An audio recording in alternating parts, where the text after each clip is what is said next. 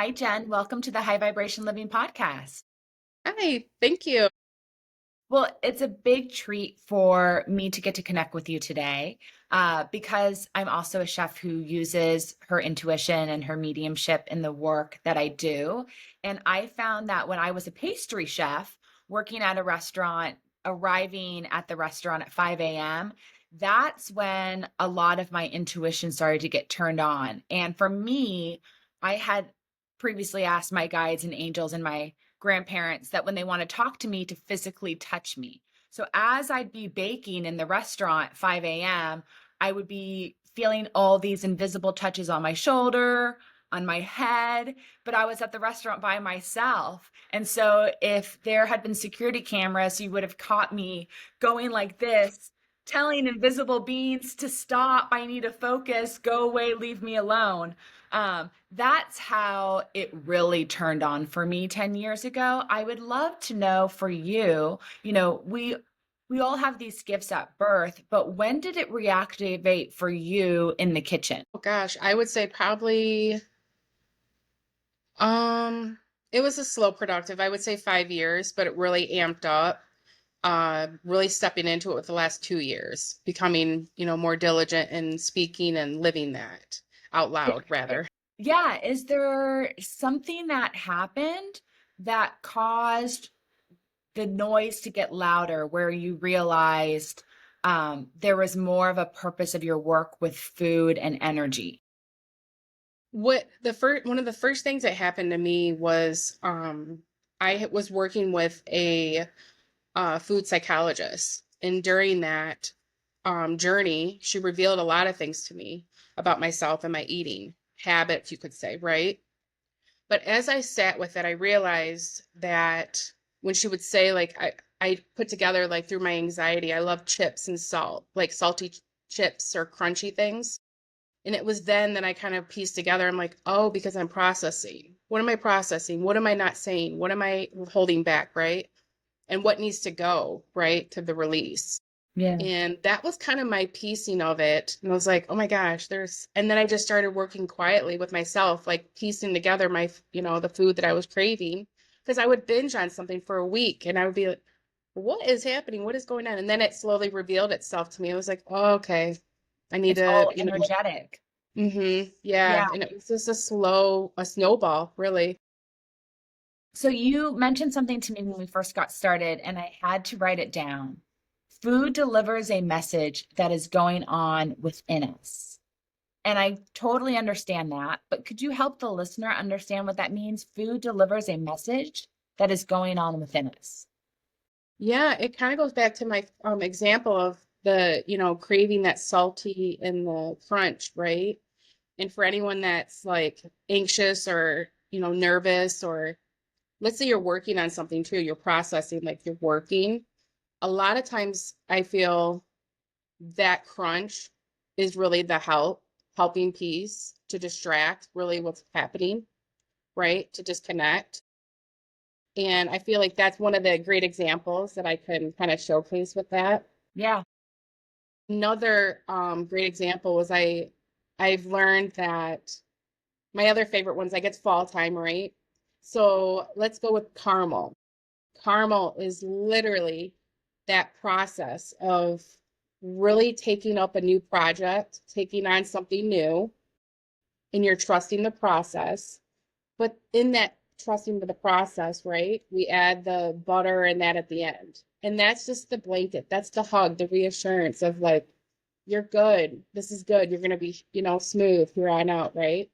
But as you make homemade caramel, as you know, like it's kind of clumpy. It's kind of weird in the beginning, right? You have to trust. It's a lot of Yes, trust. yes.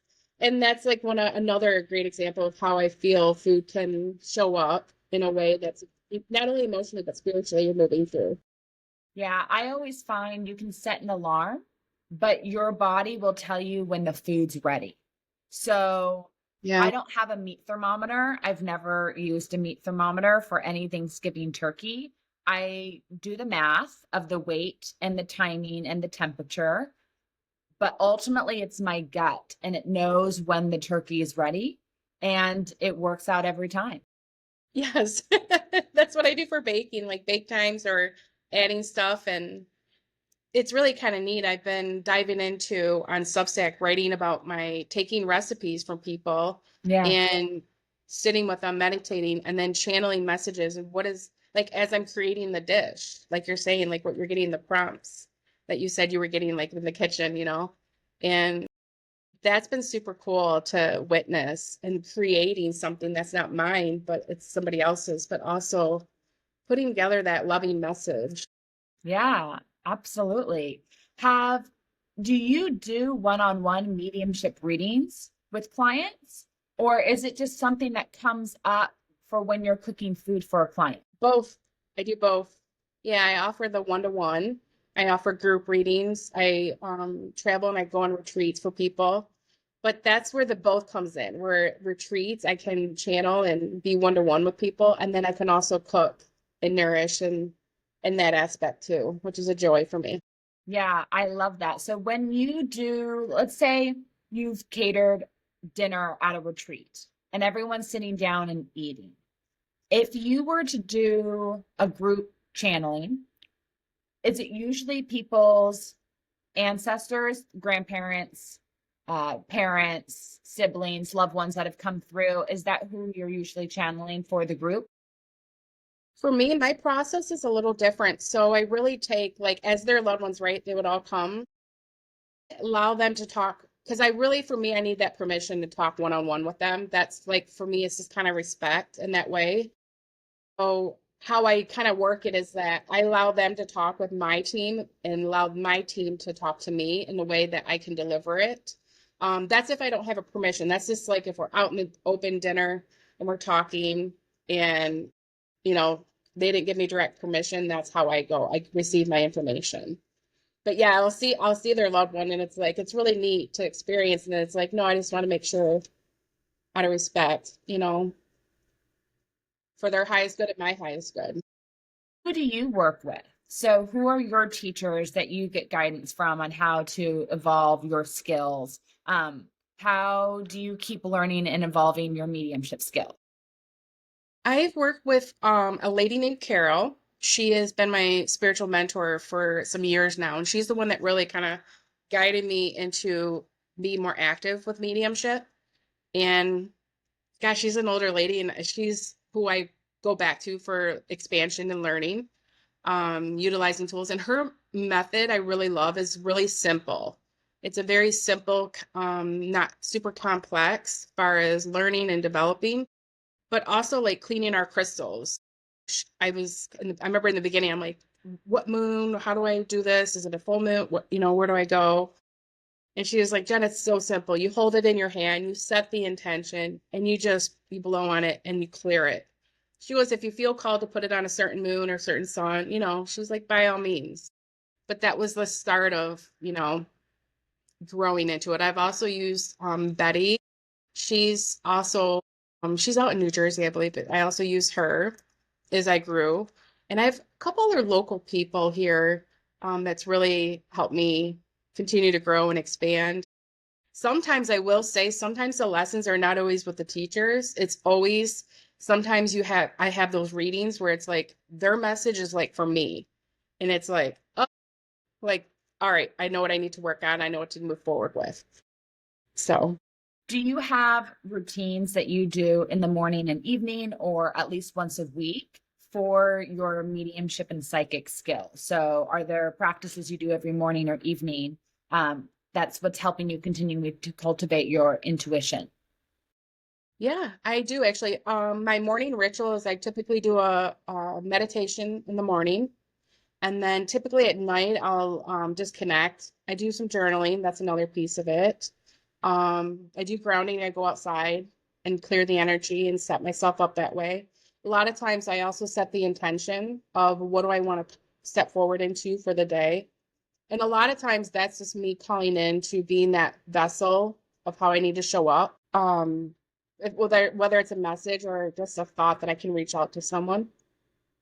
But that's been typically I'll work with like oracle cards and just really sit in quiet whether it's on my porch while I'm driving or washing dishes and just allow what needs to come through. It's not always formal in that way, but I always set the intention, like, what do I need to know? So, I find that I personally need a lot of quiet because there's so much going on, especially in the morning, that more noise makes it just more heavy and challenging to move through the day. So, like, I deeply appreciate the quiet when cooking in the kitchen, doing the hmm dishes, all the little tasks throughout the day. It helps clear the noise and space so I can hear what I need to hear. yeah, it helps, you know. I just bring that up because I think most people, or there are still a lot of people that think when they get in the car, they need to turn on the radio, they need to turn a podcast on, they need to fill the void.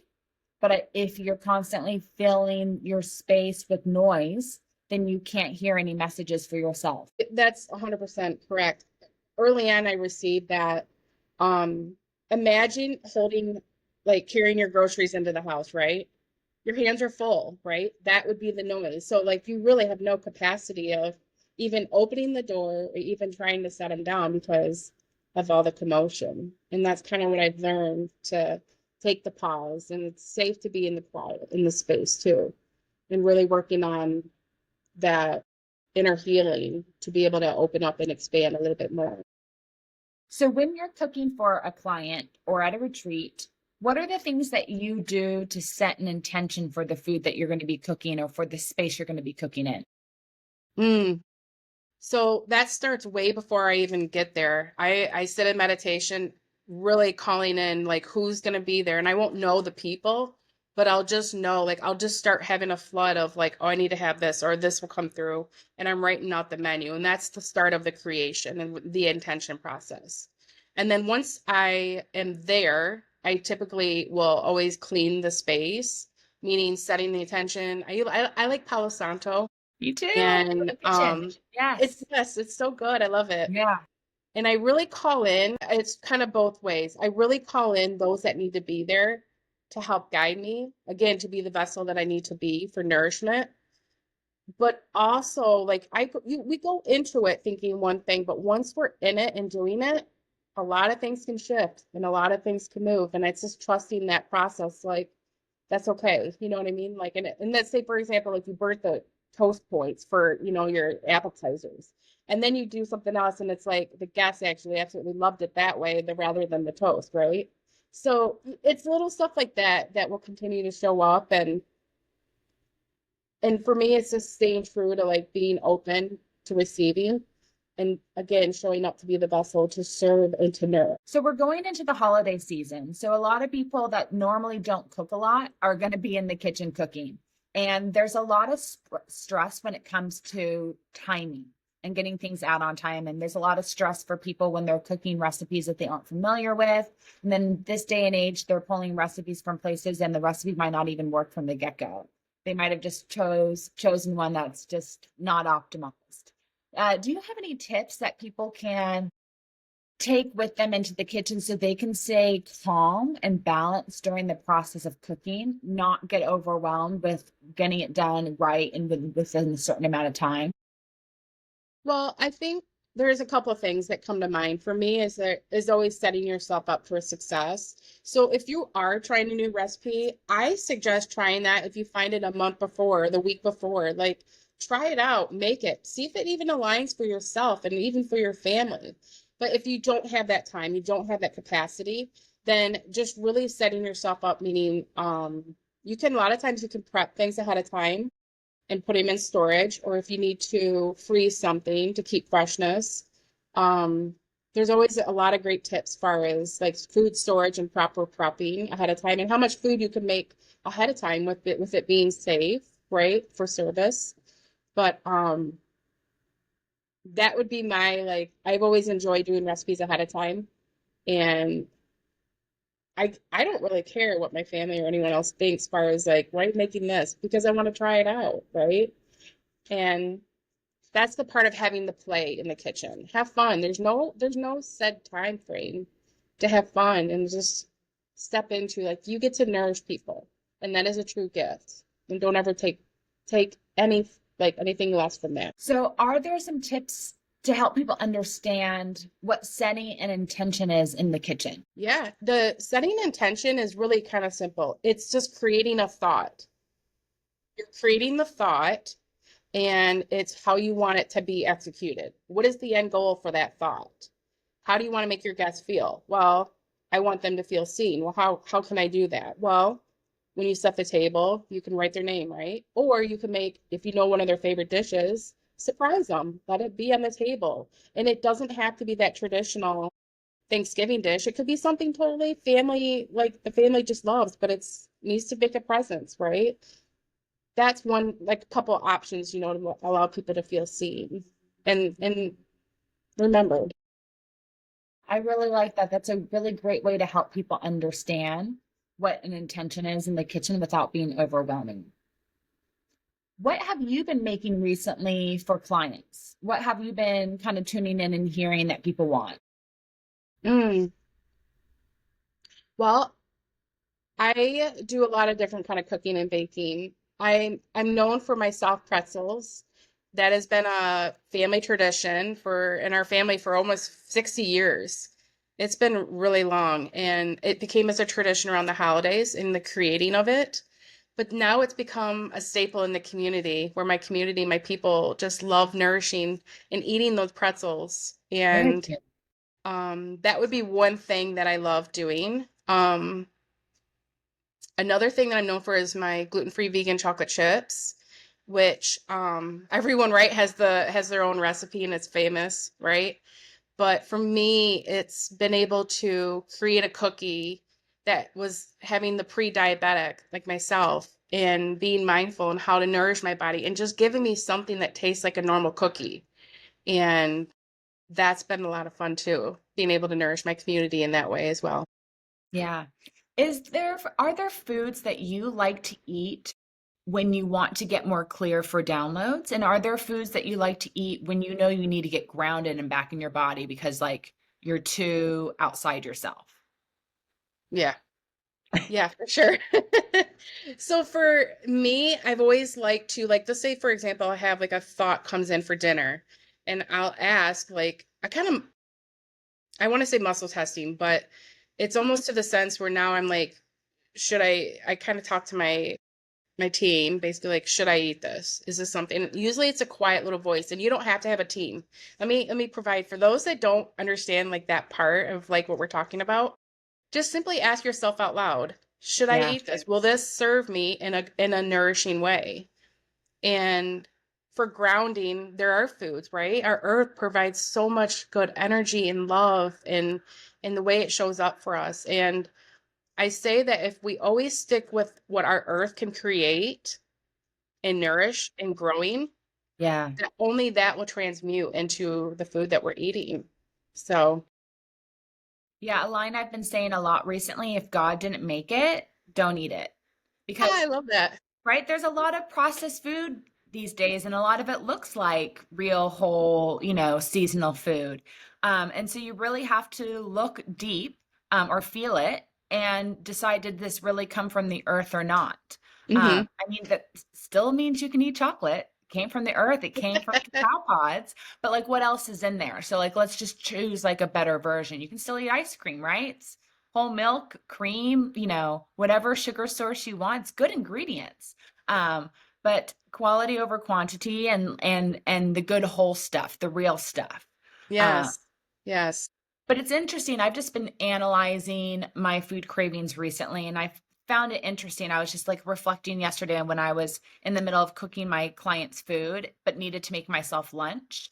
And I realized for lunch, I really like a salad because it's light and allows me to stay in my head and work through everything I need to work through as I'm working as a chef. Because so many thoughts, so much timing, so much execution. But in the evening, I have to have a hot meal and it needs to Mm. have protein. And ultimately, if it's hot with the protein, some sort of root vegetable, I need the grounding. Like I need to come back down in my body and settle down. And if I try to mix up that combo, I don't feel and I can't run as optimized as I usually do. So I'm realizing that the food that I'm choosing for lunch and dinner is helping me execute and move through my day. That's Have you awesome. I love Yeah, that. have you noticed what's working for you for breakfast, lunch, and dinner and kind of what happens when you try to switch it up? I eat a very late breakfast. I'm not a very early breakfast person, so I rather eat kind of later in that element. So it ends up being like more brunch, and it is typically lighter, and it's heavier. And I do, when you're saying this, I'm like, oh my gosh, I can resonate with this. Like those moments of, and I also like, oh gosh, I remember just being in the restaurant industry and working those 12, 14-hour days. Yes. And food was not always an option, right? It's like you're snacking. So I find myself also snacking during like those lunch afternoon, Yeah. because if I do eat the hot, heavy, like I say heavy, the more heavy meal, right? Yeah. The crash out is real. Like you just zap out, and it's interesting. So it's great that you brought that up and the difference for Yeah. that. Because I've just really had to dial it in because part of it too is there's so much that I want to accomplish in my day. There's so much that I want to accomplish in my life. I've really had to fine tune in the past few weeks or months what it is that really makes me feel good and then make sure I have that on hand so it's easy for me. Because we're not going to keep eating healthy or eating well or eating right for us if it's not readily available. So I have to make sure that stuff's in the fridge, because otherwise it really slows me down and kind of takes me off kilter. And I really need that grounding at the end of the day to slow down my brain. It's so true. And it's that little bit, I say a little bit of time, like in retrospect, it's a devoted time that you're taking to nourish yourself for the week. And but you're right, it sets you up for that easy transition to keep going. So, there is a lot of, goodness with that. Love to know, as a chef and as a medium, have you ever been cooking with a food or slicing a vegetable and you suddenly have a past life regression? Not directly, no. I have All a right. lot of stuff that comes to me. Yeah. I'm gonna be real, but nothing. No, that usually comes not always in the kitchen, that stuff. No. It's usually God. within conversation. Um it's usually more personal interaction, and sometimes it's um like the driving, or if I'm walking, like stuff will come up. So if you are slicing onions, peeling potatoes, some of those mundane culinary tasks, what are some of the things that kind of come down for you during that time? Oh my gosh, it's like floodgates. I mean, I get like my friend's brother would come to me and say like, "Hey, let him know this is going on." Um I get a lot of, I would say random because it's not random, right?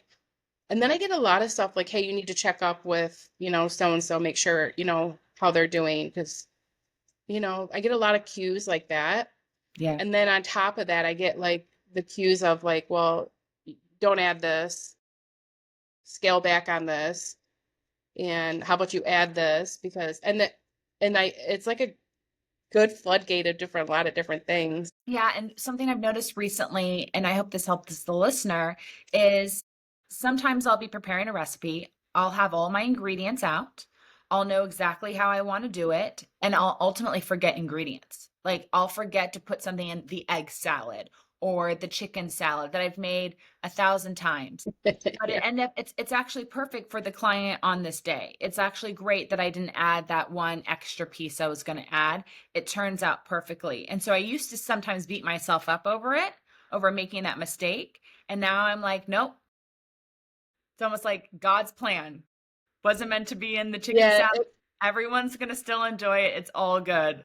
it totally worked out the way that it needed to. Yeah. Yeah, 100%. So it's really interesting in the kitchen recently for me is just learning to have more grace with yourself, through the cooking process. And, I just wanted to bring that up because the holiday season and cooking can be just so stressful for people. So just like so much grace as you're moving through the process. Oh my gosh, Whitney. That's a general message. I think the collective, everybody needs to know is to have grace on ourselves. And that is a permission slip, I think, that everybody needs all around. I do too. Even for ourselves, like as we're, doing the thing or even just hanging out, providing us that opportunity to maybe reconnect with someone or and not beating yourself self saying, well, gosh, I should be really doing this. I shouldn't be doing this, right? Because that's where the play and the creation, all of that can be shown if we just take pauses. So I love that, the grace. That's good. Yeah, and the play is really important too, especially when you talk to anyone that's been burnt out in a career. It usually happens because the play and the fun of it disappeared. And so sometimes it's taking a pause so it can become playful again, but sometimes it's like building in playtime. So I'm not sure what your schedule is like as a chef, but like once I execute the job, I need like 2 hours of downtime before I can get back to my desk and do invoices or menus or all the other back work that we have to do. Is I can't just keep going. I need physically, mentally, and emotionally a nice pause in between.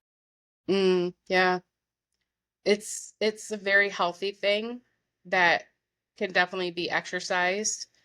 And it's just trusting and knowing like that is okay and that timing for it, right? Hmm. And I think for me, it's been an evolution being in big kitchens and going from that hustle, head down culture Yeah.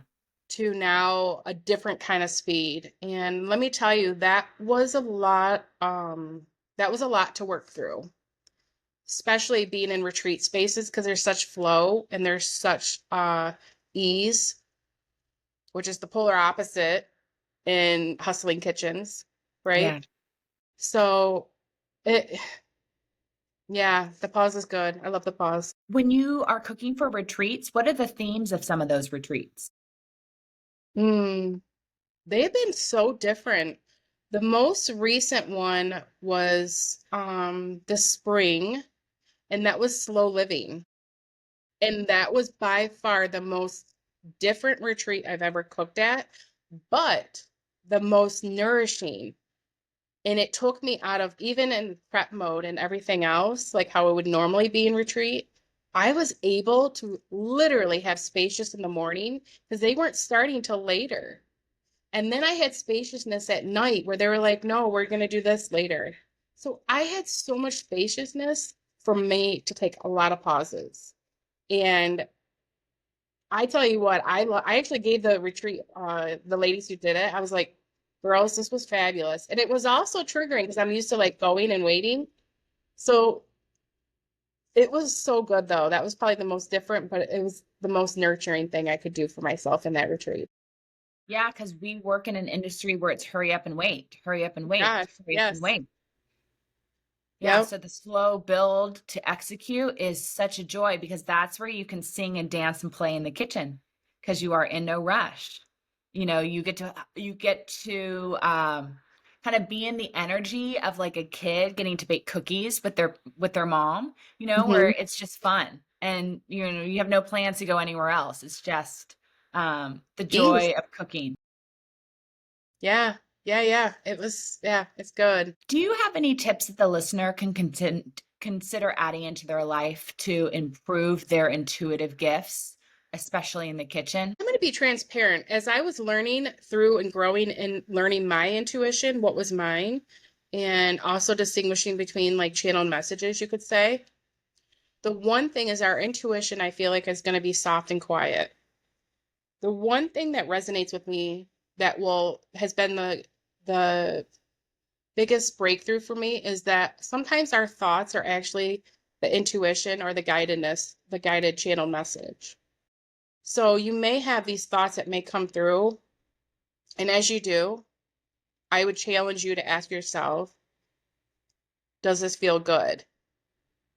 And watch how it feels in your body. That's the only thing that I can really acknowledge is if you can learn how that feels in your body. And if you feel like, oh my God, that feels really good, then that's your goal forward, right? And that could be as simple as like eating what kind of salad, right? For prep. Like, yeah, Yeah. that feels really good. I'm gonna do that, right? And then if you ask yourself that thought, like, man, I had this thought of like, I don't know if I should be eating this. Well, ask yourself, should I eat this? And if it's kind of like this, like, ugh, again, notice the feeling in the body. And I think that can help with the intuition and learning um with that quiet voice. Can you share with the guests what it is you do when you work with someone one on one with one of their family or personal recipes? Yeah, so my is that they submit the recipe and I kind of just sit with it and I go outside and just ground. Or sometimes I'll lay in my hammock and just sit next to the tree and feeling the tree and just asking like what does it really need?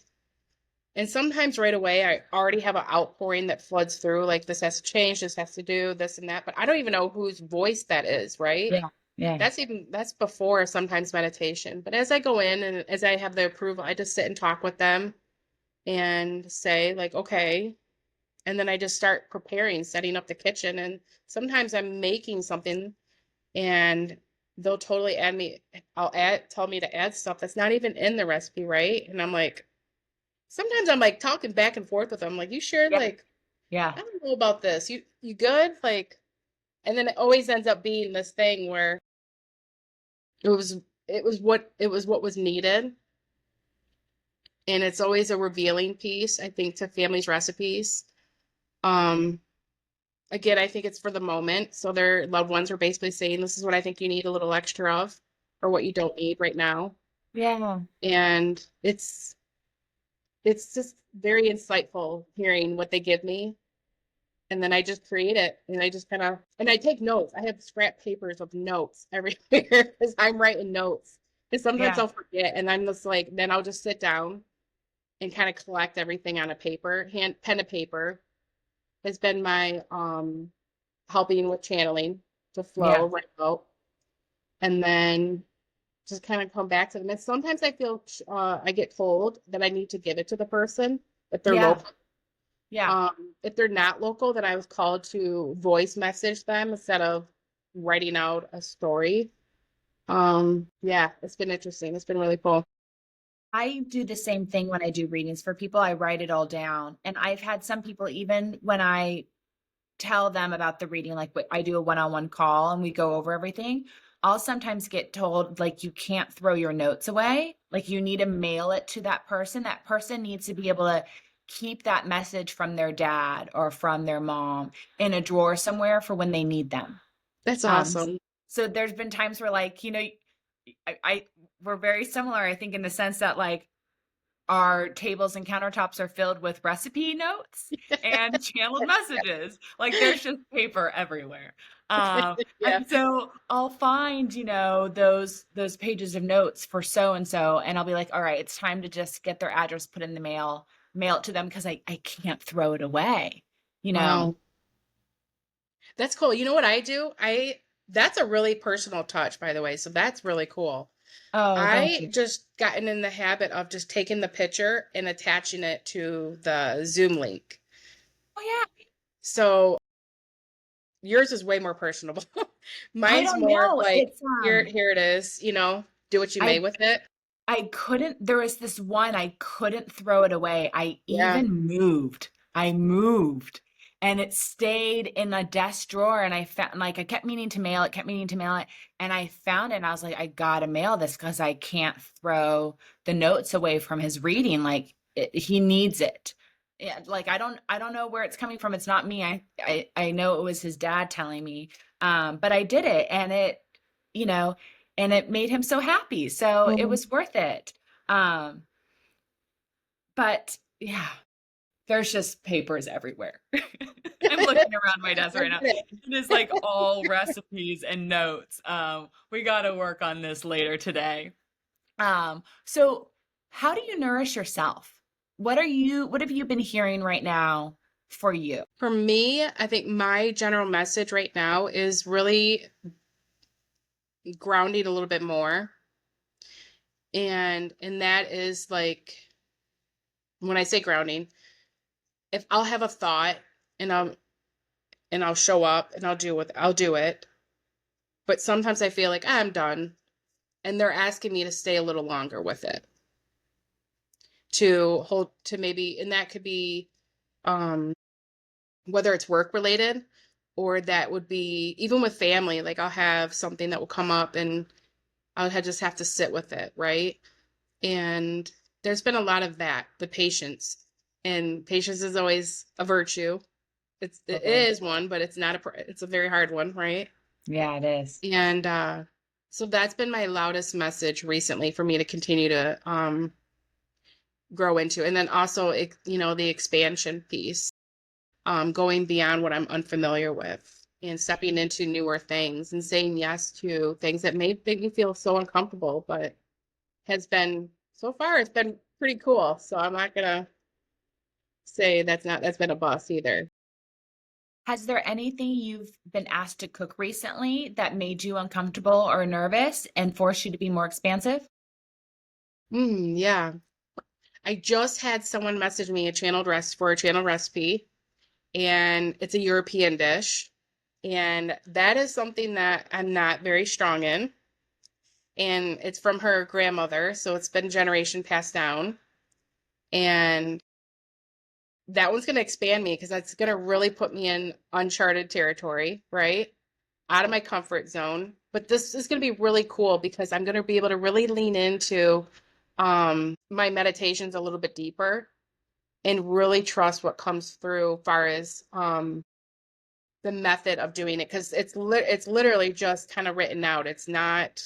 There's no direction. Yeah. Yeah, so it's really going to allow me to really step into it a little deeper.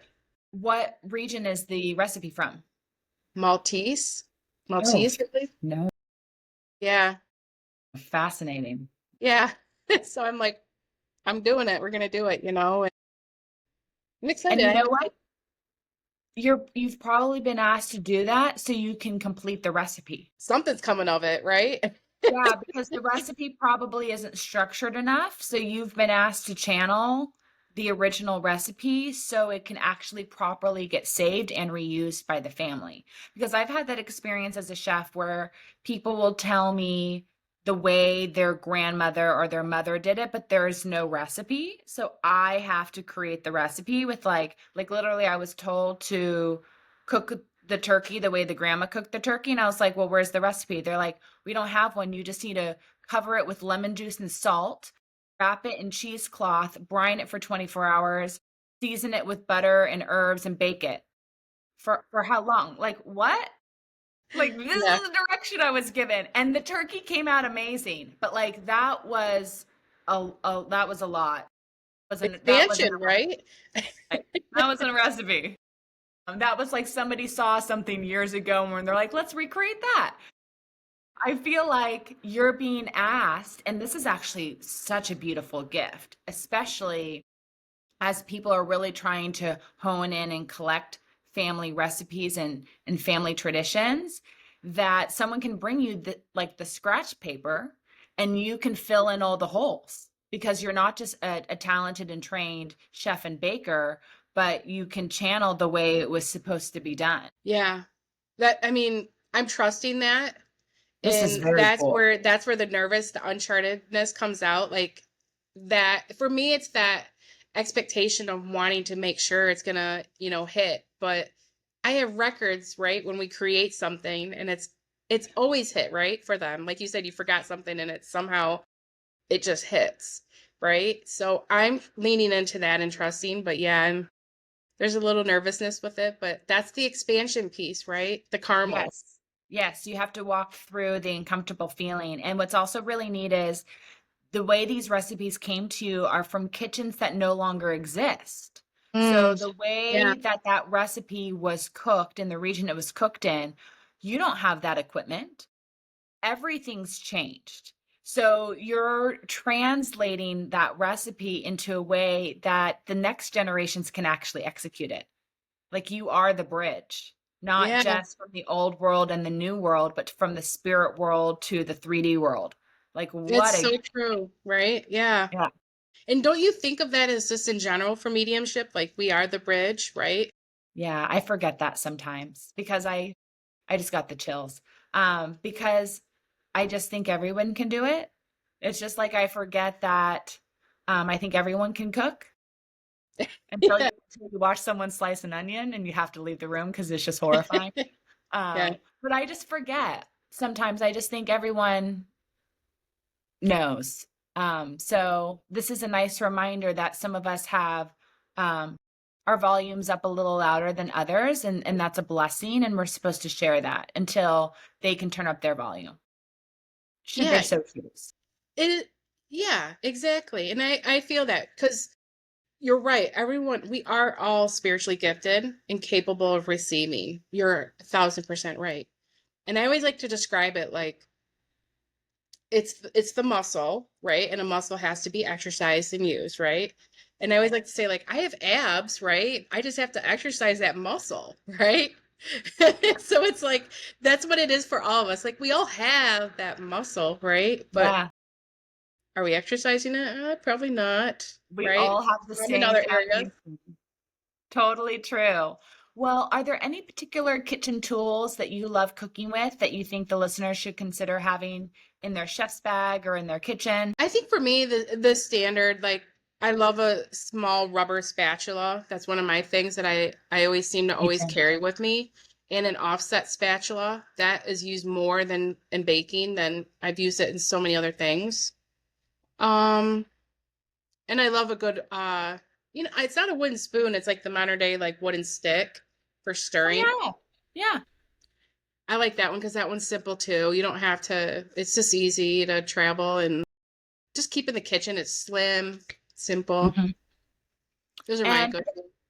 those are good. And then is there anything that you think the listener should consider cooking in this fall season ahead? Whatever is on your heart, follow through with that. You're not going to go wrong. You have a certain craving, follow through with it. You see a recipe you want to try it. Oh, which, by the way, I tried a new recipe. Joanna Gaines on Mm, Magnolia Table, her brown sugar pecan pound cake. I was surprised that it was so that turned out so good and I'm gonna be able to gift it away. But that's a um good one. I have a yeah, client that I who had would a love slice of that. that and I was like, oh, that was so good. That was just a really nice slice of cake.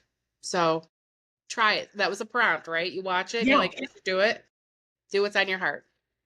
I'll share that with one of my clients. They're big pecan eaters, Mm, pecan desserts. And so I like to pair pecans with a lot of maple as a healthier sugar to put in the dessert. yeah, So I'll you do try that. that.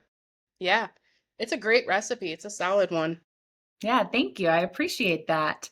Can you leave maybe the listener one last, let's see, food, spiritual cooking tip that they can consider adding into their life? Honestly, I think it goes back to what we had discussed is my tip, cooking, baking every day is setting the intention. I think that is one of the most important things that we can do, not only for cooking, but setting the intention of how you want to feel. What do you Yeah. want out of it? Yes. And our inner world will then showcase our outer world. And I think if we get clear on that, I think a lot can be revealed stepping forward into things. And that's my kind of guidance for everything. So I apply it for cooking, Yeah. but I think it can go to other areas as well. Well, Jen, where can people connect with you? So, where can they learn from you, see what you're doing, and also book a one-on-one session with you? Yeah, so you can find me on my website, thechannelbaker.com, or on Instagram. I'm there. I'm really active on Instagram and the Channeled Kitchen on Substack to read about my stories and the channeled recipes. Thank you so much, Jen. It's such a treat to know you and connect with you. Thank you, Whitney, for this opportunity. And it's been a pleasure and a joy to speak with you. Thank you.